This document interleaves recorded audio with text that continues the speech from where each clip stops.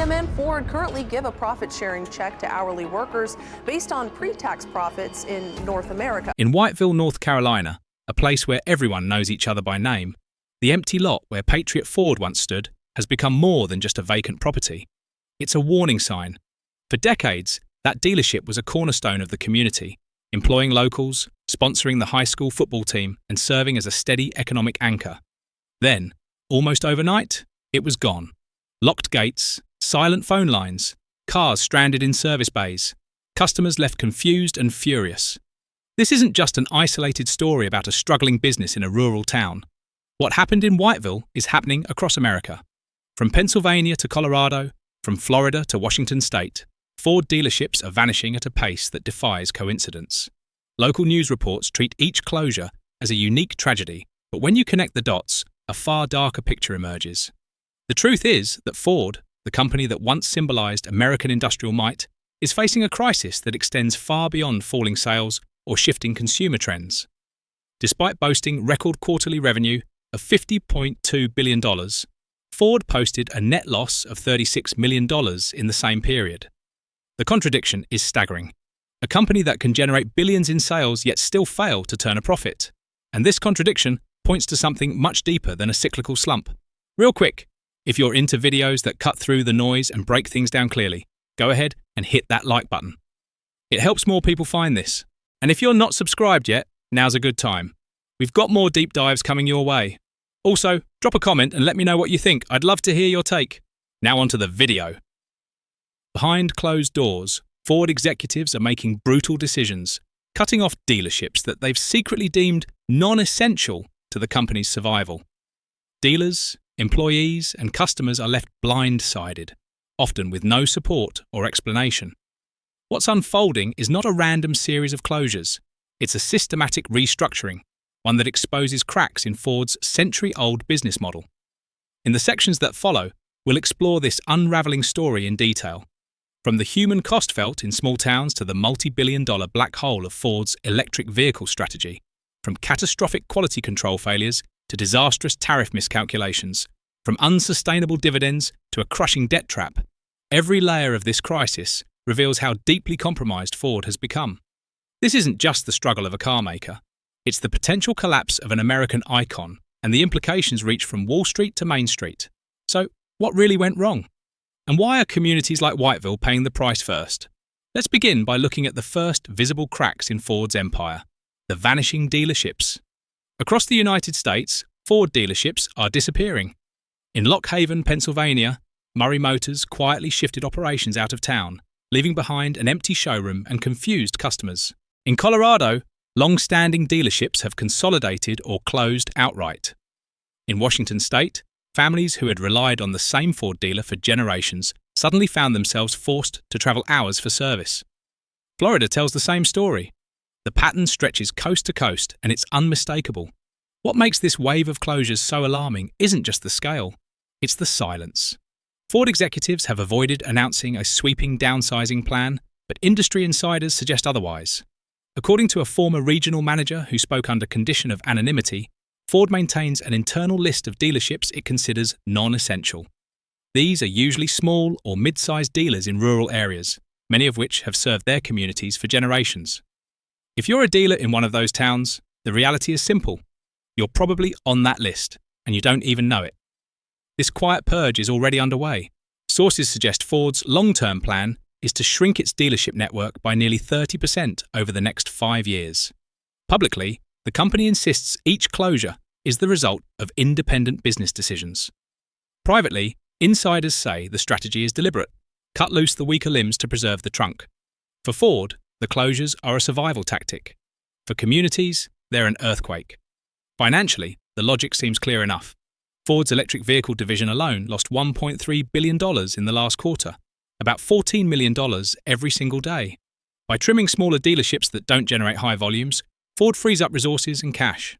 But the way it's being carried out, without warning, without transparency, turns a calculated business move into a betrayal. Dealers themselves have begun to connect the dots. Many point to the heavy pressure Ford placed on them in recent years to invest in electric vehicle infrastructure. Dealers were told to spend millions installing charging stations, training technicians, and retooling service bays, all under the promise that EVs represented the future. But now, with Ford delaying its big EV launches until 2028, those same investments have turned into dead weight. Dealers who borrowed heavily to comply are finding themselves buried in debt, only to watch Ford pull the rug out from under them. The closures aren't simply reducing Ford's physical footprint, they're dismantling the trust that once existed between corporate headquarters and family-owned franchises. For decades, the dealership model gave Ford its community presence, faces and names that customers trusted. By cutting these ties, Ford risks losing not only sales volume, but also the very loyalty that sustained it through recessions and market upheavals. Local media outlets still frame each dealership closure as a separate, unfortunate business decision. But taken together, these stories point to a systematic unravelling, a deliberate retreat from the communities that built Ford into a household name. The once ubiquitous blue oval is beginning to vanish from small-town skylines. And if the closures are the first cracks in the empire, what comes next reveals just how devastating this collapse can be for the people left behind. The collapse of Patriot Ford in Whiteville wasn't just a business failure, it was a human tragedy. Gary, a former parts manager who had worked there for years, described the shock of arriving one morning to find the gates locked. No warning, no memo, just silence. "We were talking about people's lives," he explained. "One day you're part of a dealership that's been here for generations. The next day, it's like we never existed." This abrupt closure didn't just leave employees without jobs, it left customers stranded. Vehicles sat trapped in service bays for days, while owners who had placed deposits on new trucks were left in limbo, unsure if their money was gone forever. For families who trusted their local dealership, it felt like betrayal. Ford corporate offered zero support, Gary recalled. It was like they wanted us gone. Stories like Gary's are multiplying across the country. In Pennsylvania, a customer reported waiting weeks to retrieve his car after his dealer suddenly shut down. In Colorado, buyers who had put deposits on new vehicles discovered they had no clear path to refunds. Employees too were blindsided. Service technicians, sales staff, and administrative workers all found themselves jobless overnight, with little explanation. What makes this more painful is that these dealerships weren't just car lots. They were community anchors. In small towns, dealerships sponsor little league teams, support local schools, and fund civic events. When they vanish, the impact ripples far beyond the employees themselves. The diner that relied on lunch traffic from service workers loses customers. The florist who supplied arrangements for dealership events sees business drop. Even local governments suffer when tax revenue disappears. Many of these small-town dealers were already operating on thin margins, and the added pressure from Ford's EV mandates pushed them over the edge. Dealers were told they had to invest millions to install charging stations and retool service bays for electric vehicles, investments they couldn't afford, especially as sales of Ford's EVs lagged. One dealer in the Midwest admitted to taking out loans of over $2 million to comply with Ford's requirements. Now, with EV launches delayed until 2028, those investments are worthless debt. The result is a growing sense of abandonment. Dealers feel betrayed after being pressured to modernize for Ford's vision of the future, only to see corporate leadership reverse course. Customers feel cheated when deposits vanish or vehicles go undelivered. And employees feel discarded, as if their years of loyalty meant nothing. This loss of trust isn't just emotional, it has financial consequences. When customers no longer believe their dealer will be around to service the vehicle, they hesitate to buy. When local banks see dealerships as risky borrowers, they pull back financing. And when communities lose confidence in Ford's stability, they turn to competitors. The locked gates in Whiteville weren't just physical barriers, they were symbols of a deeper fracture between Ford and the communities that once sustained it. What was once a partnership is now a widening chasm of distrust. And at the centre of that chasm lies Ford's most dangerous gamble, the electric vehicle strategy that has become a financial black hole. For years, Ford promised that its future lay in electric vehicles. Executives touted the Mustang Mach-E and F-150 Lightning as bold symbols of transformation.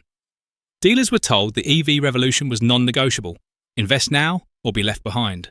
But the numbers tell a very different story. In just one quarter, Ford's EV division lost $1.3 billion. That's over $14 million burned every single day. Even more striking, revenue in the division doubled to $2.4 billion in that same period, yet the losses deepened. For most companies, doubling sales would signal a turning point. For Ford, it exposed a fundamental flaw. The more EVs they sold, the more money they lost. Industry analysts say Ford overestimated demand for expensive EVs while underestimating the cost of producing them. The F-150 Lightning, priced upwards of $75,000, simply isn't viable in small-town America, where the median household income hovers around $45,000. Consumers are reluctant to spend luxury prices on vehicles they perceive as untested, especially when charging infrastructure remains inconsistent nationwide. The real sting comes for dealers. Ford forced them to invest heavily in EV infrastructure, often millions of dollars, under the promise that demand would justify the cost. Charging stations were installed, service technicians retrained, showrooms redesigned. But now, with Ford delaying major EV launches until 2028, those investments have become financial deadweight. Automotive retail consultant Thomas Wilson described it bluntly. Dealers borrowed money based on Ford's promises. Now, those promises have evaporated, but the debt remains. For many small dealerships, the burden is unbearable. Some invested $2 million or more, an amount larger than their total profit from the previous 5 years. Now, without strong EV sales to offset the expense, they are facing bankruptcy. The betrayal is especially sharp because Ford's leadership knew the risks. Executives were warned that the EV division was bleeding cash at unsustainable levels, yet they continued pressuring dealers to invest. By the time they admitted failure, delaying launches and pivoting towards smaller, more affordable EVs, it was too late. Dealers had already committed resources they could never recover. This isn't just a miscalculation, it's a broken trust. Dealers who once viewed Ford as a partner now see it as a liability. Customers who bought into Ford's EV future are questioning whether their vehicles will be supported long-term. And investors are watching billions vanish quarter after quarter, wondering when or if the bleeding will stop. The EV strategy, once touted as Ford's future, has instead become a cautionary tale of corporate overreach and market delusion. And the financial drain doesn't stop with electric vehicles. Another crisis, this one in quality control, is compounding the damage and driving customers away in droves. Ford's problems don't end with its dealerships or its electric vehicles. At the core of its financial meltdown lies a basic failure: the inability to consistently build reliable cars. Last year alone, Ford spent $2.3 billion on warranty claims. That's $800 million more than the previous year, a staggering increase that points to deeper systemic issues. Customers are not just experiencing minor inconveniences, they're facing repeated breakdowns, recalls, and service nightmares. A current Ford engineer, speaking on condition of anonymity, revealed that failure rates on certain components are 5 to 7 times the industry average. These issues should have been caught in development, the engineer admitted, but there's immense pressure to launch vehicles faster. Corners get cut in testing and problems show up in the field instead. By then, it's too late. The rush-to-market mentality has created a vicious cycle. Defects slip through development. Customers experience failures. Warranty costs rise. Dealers are forced to handle angry customers and expensive repairs, often without adequate corporate support. The more Ford pushes vehicles out quickly, the more money it loses trying to fix them afterward. The impact on reputation is devastating. A recent J.D. Power survey revealed that Ford's quality perception has fallen to its lowest level in 15 years. 43% of potential buyers cited reliability concerns as the reason they wouldn't consider a Ford vehicle. In an industry where consumer trust is everything, this is catastrophic. Resale values are also plummeting. Owners who once expected their Fords to hold steady trade-in value are finding themselves shocked at how quickly their vehicles depreciate compared to competitors like Toyota or Honda. Sarah Mitchell from Ohio described trying to trade in her 3-year-old Ford Explorer. It had depreciated almost 40% more than my neighbour's Toyota Highlander. I couldn't believe it. That's thousands of dollars just gone. This isn't just a matter of consumer frustration. It's a financial time bomb. Warranty costs eat into profits, erode dealer margins, and destroy consumer confidence. When people believe a brand is unreliable, they stop buying, no matter how flashy the marketing. Ford's inability to solve its quality control crisis compounds every other problem. Struggling dealerships are left with angry customers and skyrocketing service demands. The EV division can't win back skeptical buyers if quality issues persist. And the company's already fragile finances take yet another blow from repair costs that should never have existed in the first place. What makes this even more alarming is that Ford isn't operating in a vacuum. Competitors like Toyota and Hyundai have spent decades refining their quality and reliability. Chinese automakers, often dismissed in the past, are now producing vehicles with fewer defects and stronger consumer confidence. Ford is falling behind, not just in technology, but in the fundamentals of building a car people can trust. The collapse of quality isn't just about vehicles breaking down, it's about a company breaking faith with its customers. And just as Ford struggles to regain consumer trust, another storm is hitting from the outside: tariffs and supply chain shocks that threaten to drive costs even higher. Ford's financial bleeding hasn't been caused by internal mismanagement alone. External pressures, particularly tariffs, have turned cracks into craters. Initially, Ford executives estimated that tariffs would cost the company about $700 million in 2025. It was a painful but manageable number. The reality? The final bill will be closer to $2 billion, nearly triple the projection. For a global automaker, missing a forecast by over $1 billion isn't a minor accounting slip. It's a catastrophic failure of leadership. Rebecca Torres, a financial analyst, didn't mince words. When a company misses projections by billions, not millions, it signals a fundamental problem with how leadership understands its own business. Ford's vulnerability to tariffs stems from a deeper weakness: a brittle supply chain. Unlike Toyota, which diversified its suppliers across multiple regions decades ago, Ford remains heavily dependent on a few geographic areas for critical components like semiconductors, battery cells, and drivetrain systems. When tariffs hit those regions, Ford is exposed. The company simply doesn't have the flexibility to adapt quickly. Dr. Martin Chin, a supply chain management expert at Michigan State University, explained, Ford has essentially built a rigid, brittle supply chain. When policy shifts or costs spike, they have no buffer. They're like a house of cards in a windstorm. This brittleness is compounded by a failure to read the political landscape. Trade experts had long warned that tariff pressures were likely to increase, especially under the Trump administration's aggressive trade policies. Ford's inability, or unwillingness, to prepare for that reality speaks volumes about the disconnect between its leadership and geopolitical realities. The impact has been immediate and severe. Tariffs inflate costs at nearly every level of Ford's business, from raw materials like steel and aluminum to finished components imported from overseas. These added costs squeeze margins already thinned by warranty expenses and EV losses. Worse, Ford's reliance on specific suppliers means it can't simply pivot to cheaper alternatives, leaving it trapped in expensive contracts. Meanwhile, competitors like Toyota and Hyundai have weathered the storm far more effectively. Their diversified supplier networks allow them to absorb tariff shocks by shifting production and sourcing elsewhere. This flexibility translates into more stable pricing for consumers and healthier margins for the companies themselves. Ford, by contrast, is stuck passing rising costs onto consumers in the form of higher prices, something buyers are increasingly unwilling to accept. This miscalculation doesn't just hurt the bottom line, it erodes credibility with investors. When a company underestimates costs by more than $1 billion, confidence evaporates. And in Ford's case, the tariff debacle is just one part of a larger pattern of failed forecasts, broken promises, and desperate financial maneuvers. Those maneuvers become especially clear when you look at Ford's dividend policy, a strategy so reckless that analysts have called it financial suicide. At first glance, Ford's dividend policy looks generous. The company is promising to pay shareholders $0.75 per share this year.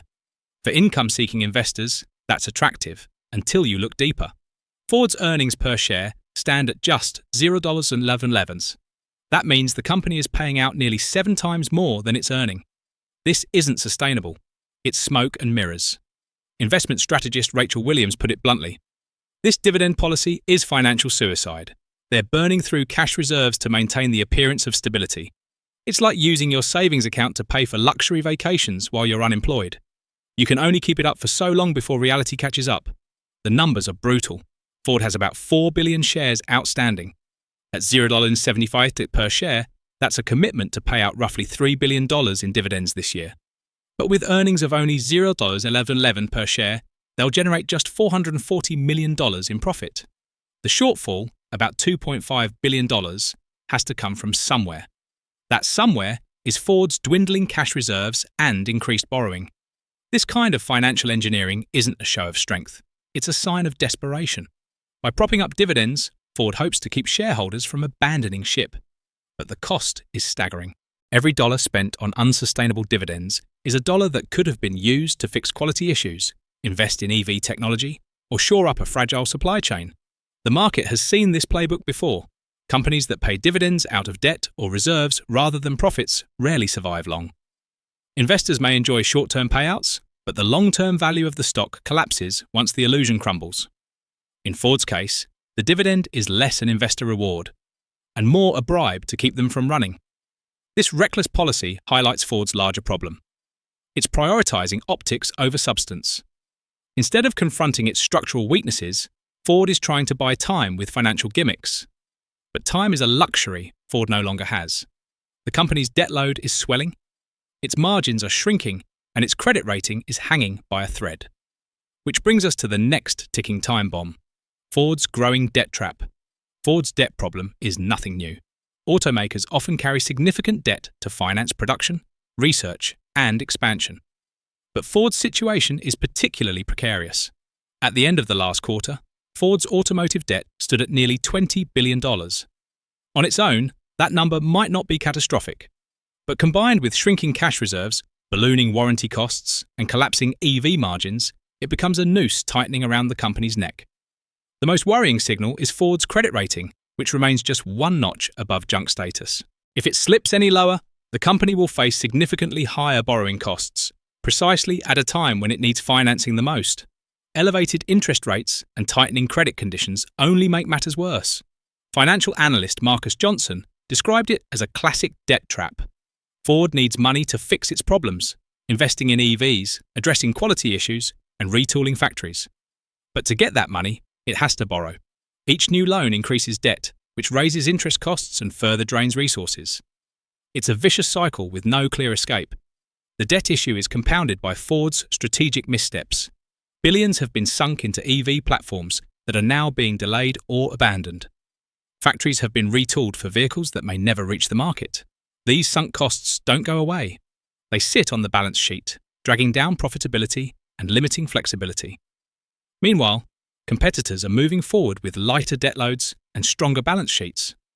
Toyota and Hyundai can afford to invest aggressively in hybrids and EVs. Chinese manufacturers like BYD are expanding globally without the same debt burden.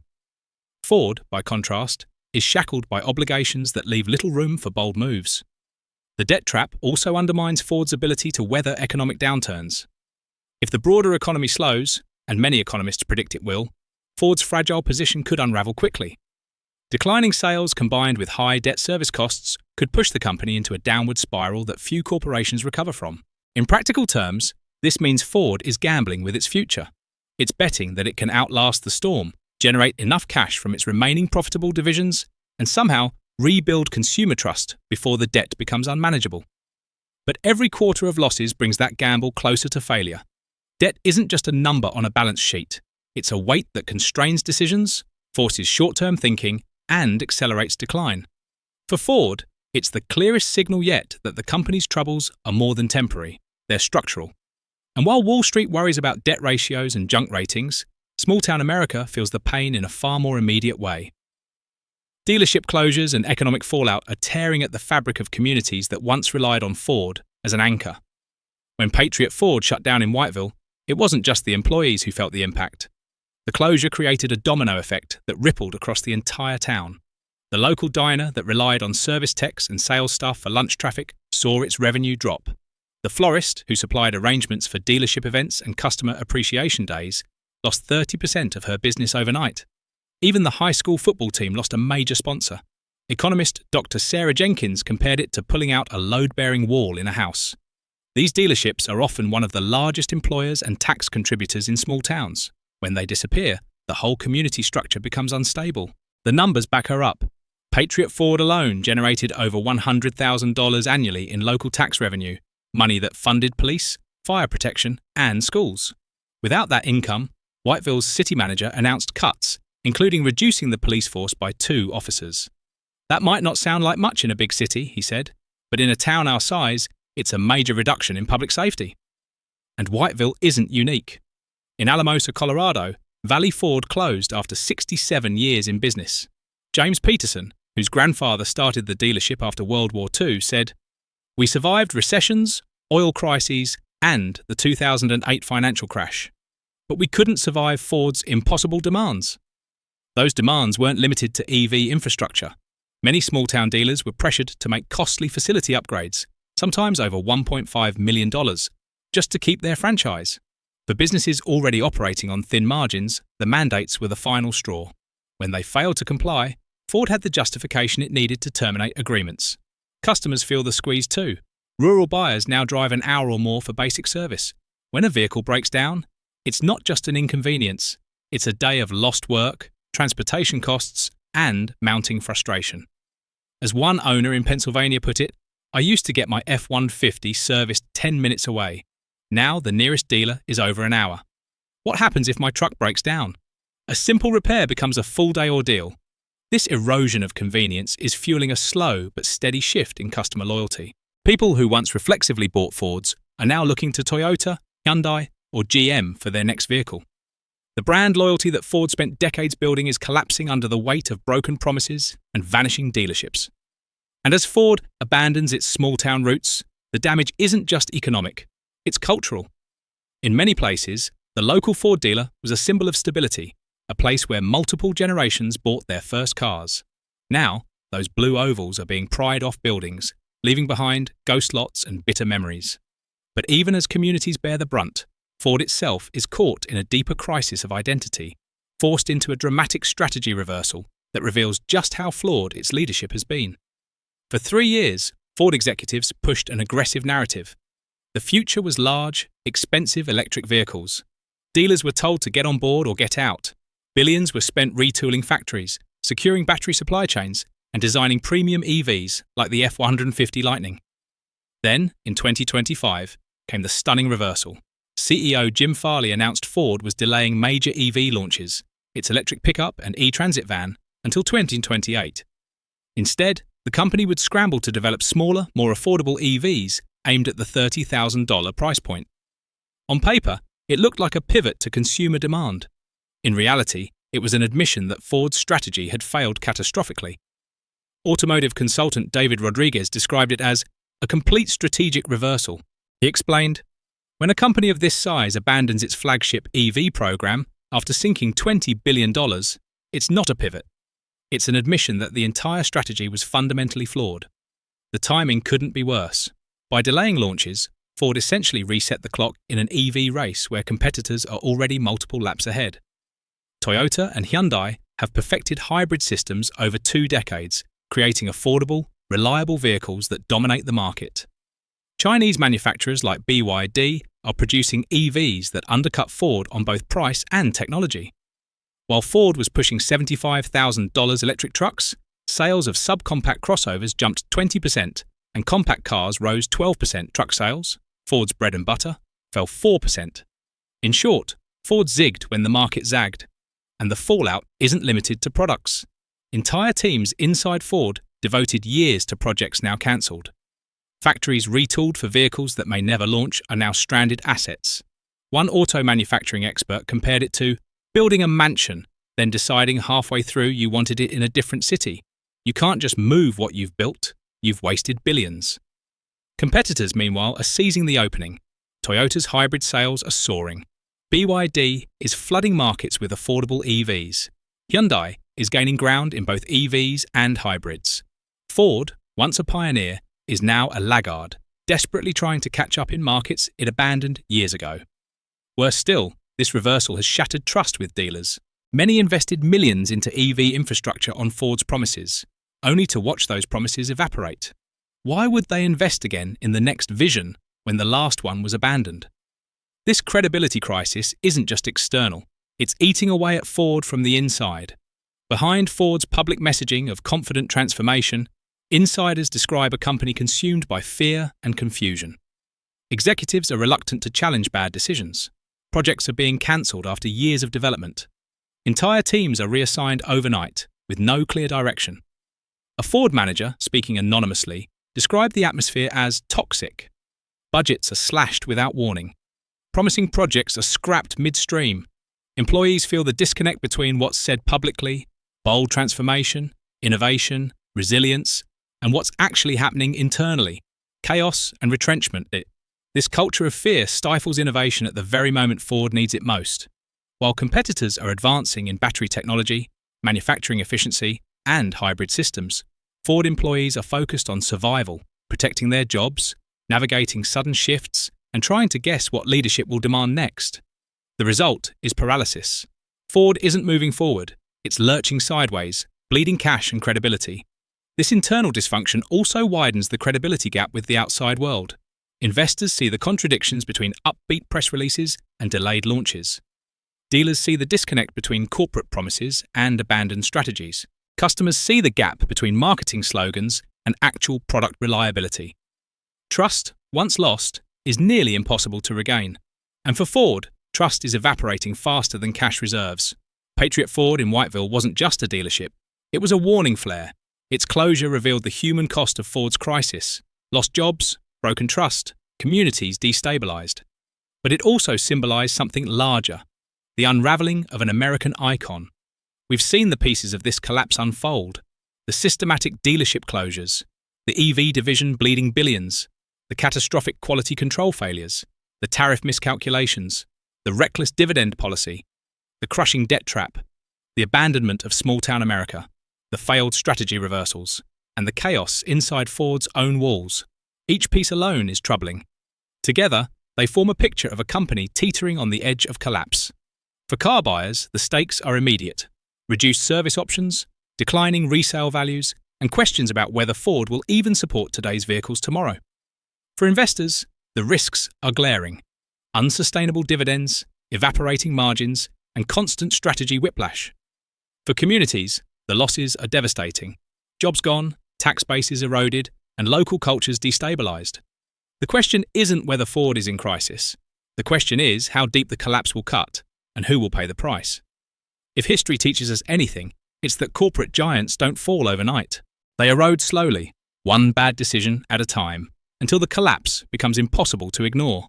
The empty lots in Whiteville and Alamosa are today's warnings. Tomorrow, they may be joined by dozens more. So the challenge is yours. Would you buy from, invest in, or trust Ford today? Or would you heed the warning signs, visible for anyone willing to see them? Because in America's small towns, the collapse isn't theoretical. It's already here. And the canaries in the coal mine are singing loudly. Once again, thanks for watching this video. If you got something out of this, hit that like button and make sure you're subscribed so you don't miss the next one. And hey, let me know your thoughts in the comments. Agree, disagree, or something in between? I'd love to hear it.